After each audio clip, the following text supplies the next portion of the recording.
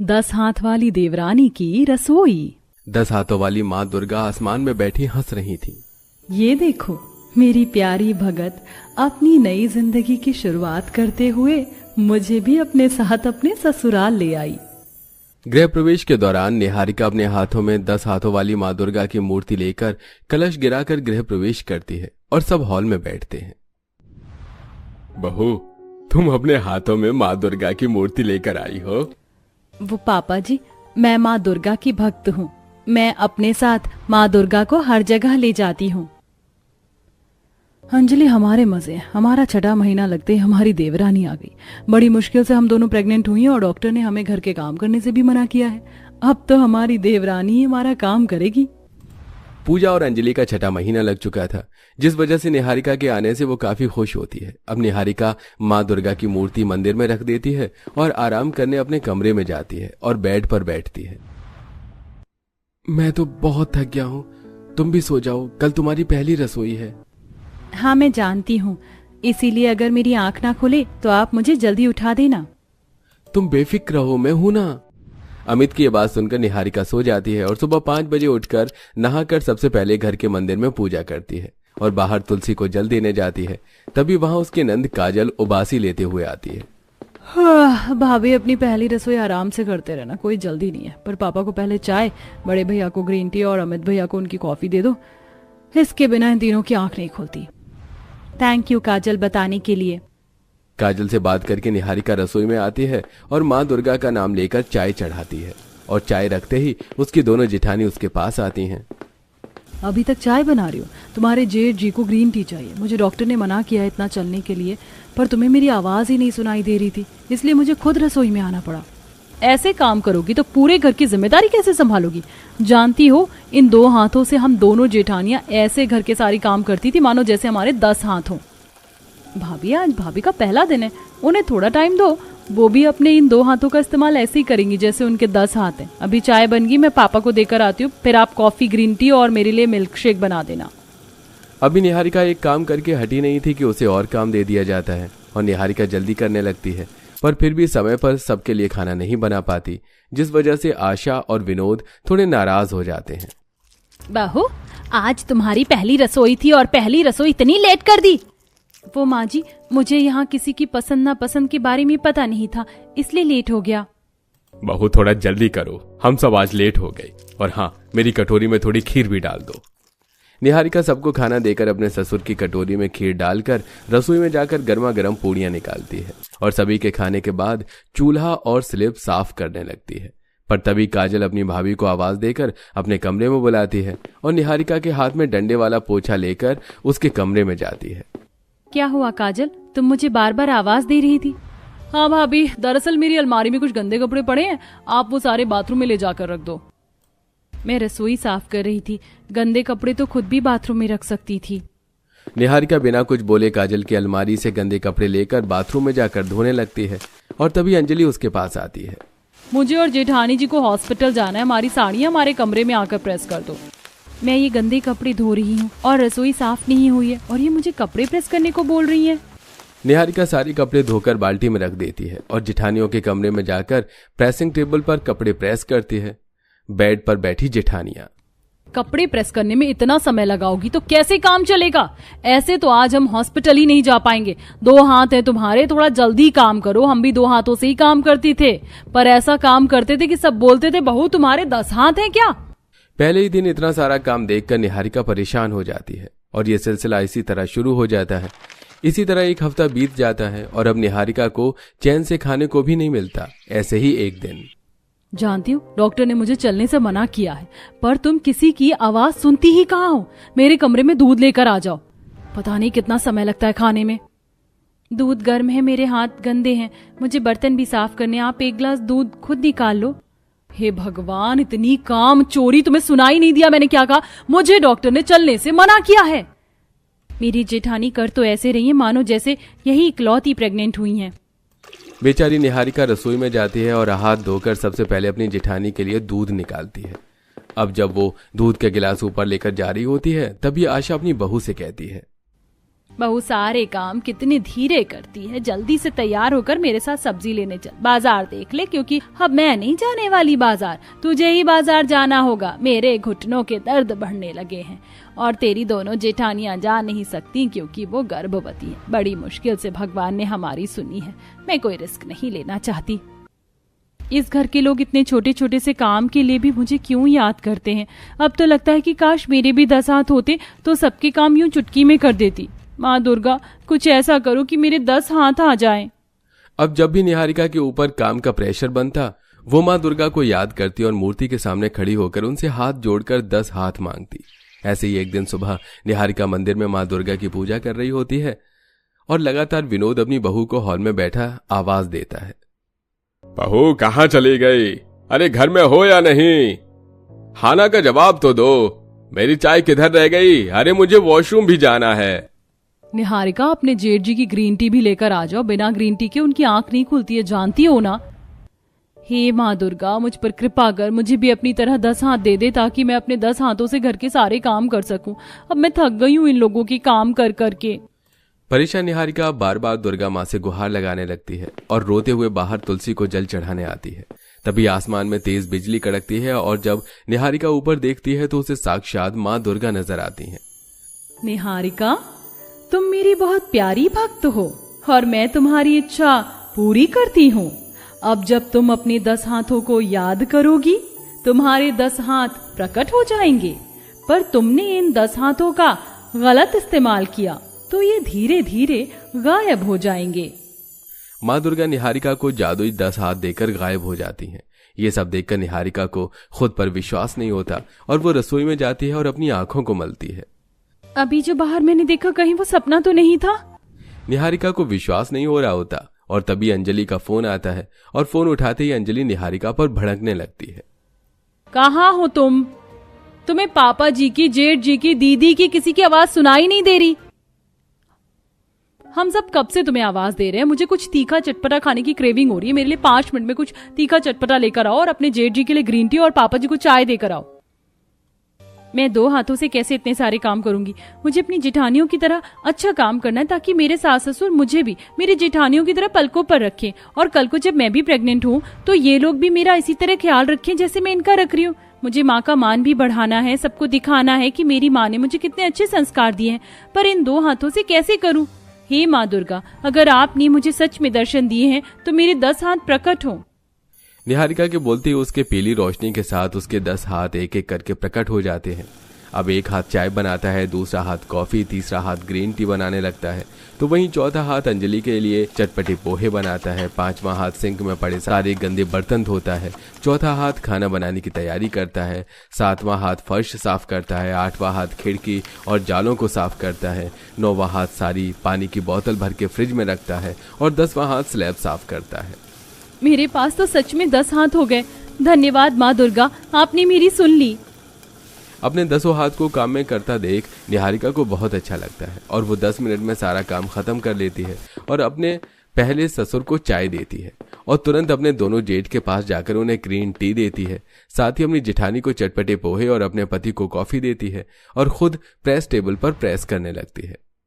अरे क्या बात है, इतनी देर से तुम हमारी आवाज नहीं सुन रही थी और अब 10 मिनट के अंदर तुमने सबका सारा सामान पकड़ा दिया। मेरी माँ ने ना मुझे सिर्फ अच्छे संस्कार दिए बल्कि बहुत अच्छी चीजें भी सिखाई। मैं सारे काम तुरंत कर लेती हूँ। शुरू में नहीं थी ना, इसलिए दिक्कत हो रही थी। लो, मैंने तुम्हारे कपड़े भी प्रेस कर दिए, ऑफिस के लिए रेडी हो जाओ। इतना बोलकर निहारिका नीचे जाती है। कुछ ही देर में पूरा परिवार खाने के लिए आता है और आज पहले से ही डाइनिंग टेबल पर खाना देखकर हैरान हो जाता है। अरे वो हमारी ग्रीन टी देने के 15 मिनट के अंदर तुमने इतना सब कुछ बना लिया। पर मेरा तो कुछ मीठा खाने का दिल है, मेरे लिए तुमने कुछ नहीं बनाया। मैं जानती हूँ दीदी, आप प्रेग्नेंट हैं, आपको क्रेविंग होती होगी, इसीलिए आज मैंने खाने में तीखा, चटपटा, नमकीन और मीठा सब बनाया है। निहारिका के काम से सब काफी खुश होते हैं और खाना खाकर अपने अपने काम पर चले जाते हैं। तो वहीं निहारिका अब अकेले सोफे पर बैठकर अपने 10 हाथ को काम पर लगा देती है। अब निहारिका के 2 हाथ पोछा लगा रहे होते हैं, एक हाथ झाड़ू लगा रहा होता है, तो वहीं उसके 2 हाथ उसके हाथों में नेल पेंट लगा रहे होते हैं। तभी पूजा और अंजलि अपने कमरे में बैठी एक साथ निहारिका को आवाज देती हैं। निहारिका, जरा मेरे कमरे में तो आना। निहारिका, मुझे तुमसे कुछ काम है, 2 मिनट मेरे कमरे में आ जाओ।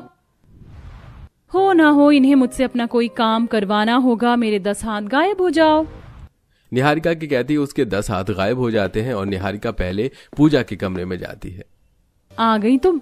मैं बहुत थक गई हूँ, मेरी कमर में दर्द हो रहा है, मुझसे उठा नहीं जा रहा। जरा मेरी अलमारी से दवाई निकाल कर तो देना। कितनी कामचोर है, सामने से दवाई भी नहीं ले सकती। निहारिका मुंह बनाकर कबर्ड से दवाई निकालकर पूजा को देकर अंजलि के कमरे में जाती है, जहां लेटी हुई अंजलि निहारिका से कहती है, आ गई? मुझे बहुत जोरों की नींद आ रही है और मेरा हाथ स्विच बोर्ड तक नहीं पहुंच रहा। जरा मेरे कमरे की लाइट बंद कर दो और पंखा चालू कर दो। इन लोगों ने तो मुझे अपनी पर्सनल नौकरानी बना रखा है। अगर इनके सामने मैं अपने 10 हाथों का इस्तेमाल कर पाती तो बाहर खड़ी ही इन दोनों का काम एक साथ कर देती। निहारिका मुंह बनाकर अंजलि के कमरे की लाइट बंद करती है और पंखा चालू करके अपने कमरे में जाती है। इसी तरह कुछ दिन बीत जाते हैं और निहारिका देखती है जब घर में कोई नहीं होता तो वो अपने 10 हाथों को प्रकट करती है और उनकी मदद से घर के सारे काम करती है। माँ दुर्गा, आप बहुत अच्छी हैं। मुझे अपने 10 जादुई हाथ दिए आपने।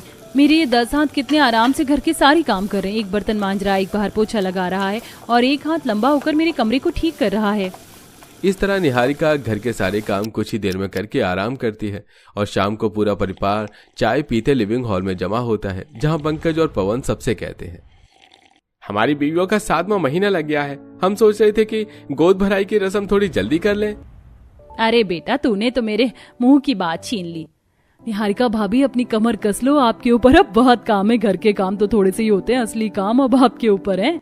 फिक्र मत करो काजल, तुम्हें और घर वालों को मैं कोई शिकायत का मौका नहीं दूंगी। अपनी गोद भराई की बात सुनकर दोनों जेठानियां बहुत खुश होती हैं और घर में ही कपड़े गहने वाले को बुलाती हैं और रसोई में काफी सारे फूल माला बनाने के लिए निहारिका को दे देती हैं और खुद चारों सास बहू और नंद हॉल में बैठकर शॉपिंग करती हैं और बेचारी निहारिका रसोई में काम करती है।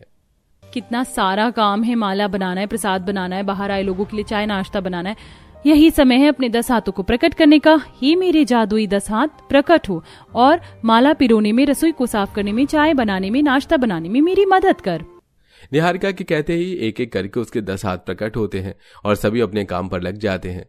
अब 2 हाथ माला पिरोते होते हैं, एक हाथ सिंक साफ करता है, दूसरा हाथ चाय बनाता है, तीसरा हाथ समोसे बनाता है, चौथा हाथ रसोई की सफाई करता है। इसी तरह देखते ही देखते निहारिका के ऊपर काफी सारा काम होता है, पर निहारिका अपने 10 हाथ से सारे काम खत्म कर लेती है। और जब मैं घर पर मेहमान आते हैं तो ऐसे तो ये सारे काम चुटकी में कर लेती है। बहू कहाँ रह गई? घर में सारे मेहमान इंतजार कर रहे हैं। गोद भराई की रस्म भी शुरू करनी है। तेरी दोनों जेठानी झूले पर बैठ चुकी हैं। शगुन का सामान लेकर आ। माँ जी, रस्म शुरू करते हैं।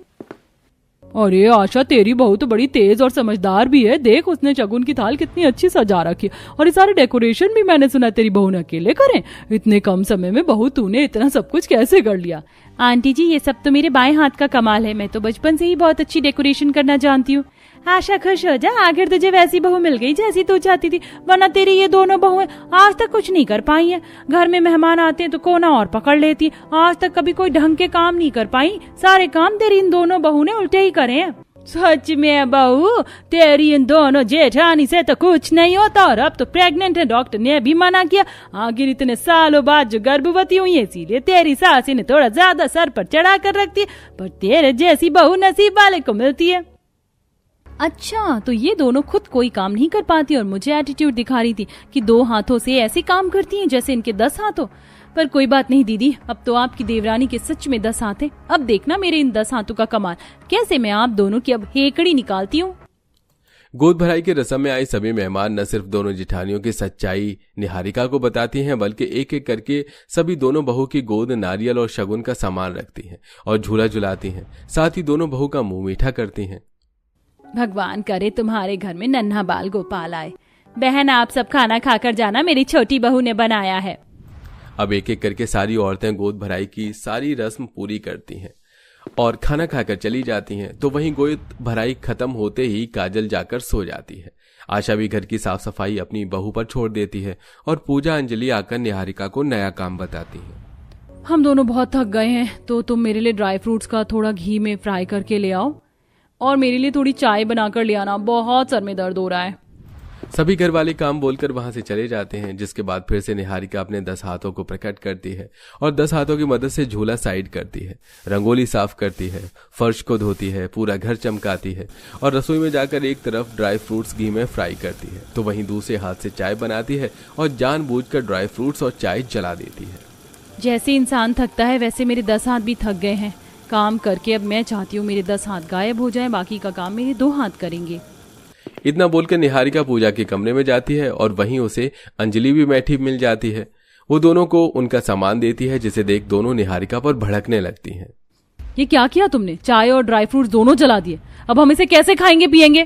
दीदी मैं भी इंसान हूँ और मेरे पास आप लोगों की तरह 10 हाथ नहीं है जो मैं चुटकी में सारी काम कर दूं। वैसे आपके कितने हाथ थे वो तो आज मुझे घर आए मेहमानों ने ही बता दिया है। निहारिका इतना बोलकर वहां से चली जाती है। अगली सुबह जब निहारिका अपने कपड़े ठीक करके अलमारी में रख रही होती है तभी वहां पूजा और अंजलि आती हैं और वो अपने और अपने पति का कपड़े देते हुए कहती हैं, जो काम कर रही हो वो छोड़ो और पहले अपने जेठ के कपड़े प्रेस कर दो और ये फाइल बाहर देकर आओ। इतना बोलकर अंजलि और पूजा वहां से चली जाती हैं, जिसके बाद निहारिका फिर से अपने 10 हाथ को प्रकट करती है और जानबूझकर अपने एक हाथ से अपने जेठ के कपड़े को जला देती है, अपनी जेठानी को देकर आती है और दूसरे हाथ से फाइल को ऊपर से नीचे गिरा देती है, जो सीधा पंकज के पास जाती है।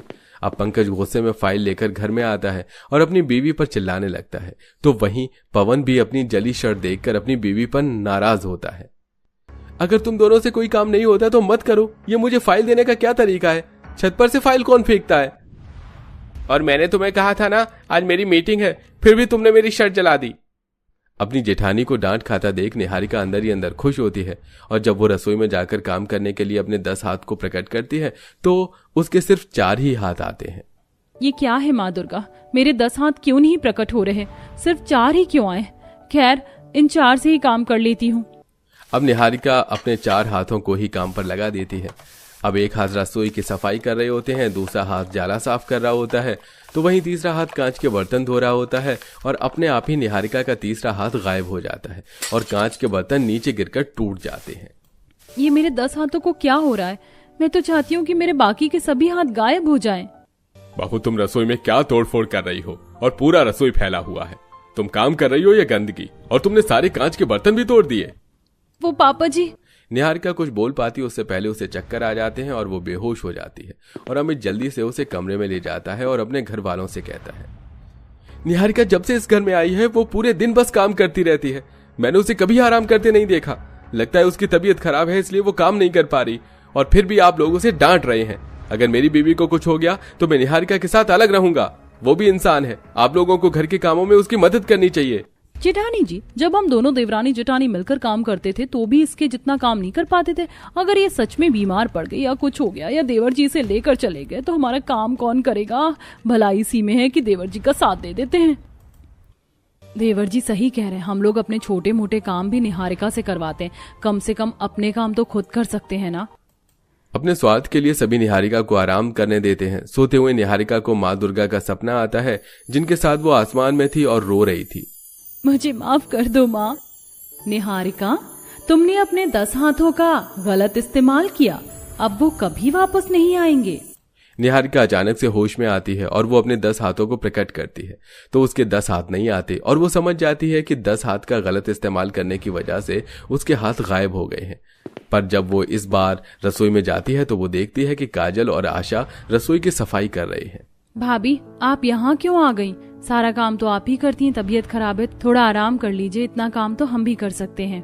अपने घर वालों का बदला रूप देखकर निहारिका को काफी अच्छा लगता है और अब जब वो कोई काम करती तो हर कोई काम में उसका हाथ बटाता है।